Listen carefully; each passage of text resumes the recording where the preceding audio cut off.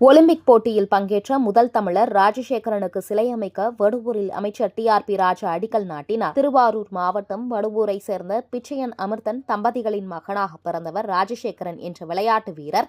Olympic போட்டிகளில் பங்கேற்ற முதல் தமிழர் என்ற பெருமையை பெற்றவர். இவர் வடுவூரில் பள்ளி படிப்பையும் தஞ்சை மன்னர் சரபோஜி கலைக்கல்லூரியில் கல்லூரி படிப்பினையும் படித்தார். படிக்கும்போதே தேசிய அளவிலான தடகள போட்டிகளில் பதக்கங்களை வென்றார். 1962ஆம் ஆண்டு இந்தோனேஷியா தலைநகர் ஜகார்த்தாவில் நடந்த ஆசிய விளையாட்டுப் போட்டியில் 100 மற்றும் 200 மீட்டர் என 2 பிரிவுகளிலும் தங்கம் வென்றார். அதனைத் தொடர்ந்து 1964ஆம் ஆண்டு ஜப்பான் தலைநகர் டோக்கியோவில் நடந்த ஒலிம்பிக் போட்டியில் இந்திய அணியில் இடம் பிடித்து 400 மீட்டர் தொடர் ஓட்டத்தில் பங்கேற்றார். இந்த போட்டியில் அவர் வெற்றி பெறவில்லை என்றாலும் இந்தியா முழுமைக்கும் வடுவூர் பெருமையை கொண்டு சேர்த்தவர் ராஜசேகரன். இந்த தடகள வீரரை பின்பற்றி வடுவூர் கிராமம் முழுவதும் விளையாட்டு வீரர்கள் நிறைந்த கிராமமாக வடுவூர் இன்றளவும் திகழ்ந்து வருகிறது.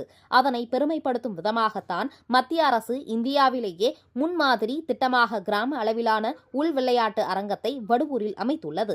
இந்த நிலையில் தங்களுக்கென முன்னோடியாக இருந்த ஒலிம்பிக் போட்டியில் பங்கேற்ற முதல் தமிழரான ராஜசேகரனுக்கு வடுவூரில் சிலை அமைக்க வேண்டும் என கடந்த 2023ஆம் ஆண்டு வடுவூர் புல் விளையாட்டு அரங்க திறப்பு விழா நிகழ்ச்சியில் பங்கேற்ற துணை முதல்வர் உதயநிதி ஸ்டாலினிடம் கோரிக்கையை முன்வைத்தனர். அதனை ஏற்று அரசு சார்பில் வடுவூர் உள் விளையாட்டு அரங்கத்தில் சிலை அமைக்க அடிக்கல் நாட்டு விழா இன்று நடைபெற்றது. அமைச்சர் டி.ஆர்.பி. ராஜா கலந்து கொண்டு சிலை அமைப்பதற்கான அடிக்கல் நாட்டினார். மிக விரைவாக சிலை அமைக்கும் பணிகள் நடத்தி முடிக்கப்பட்டு திறக்கப்படும் என அவர் தெரிவித்தார்.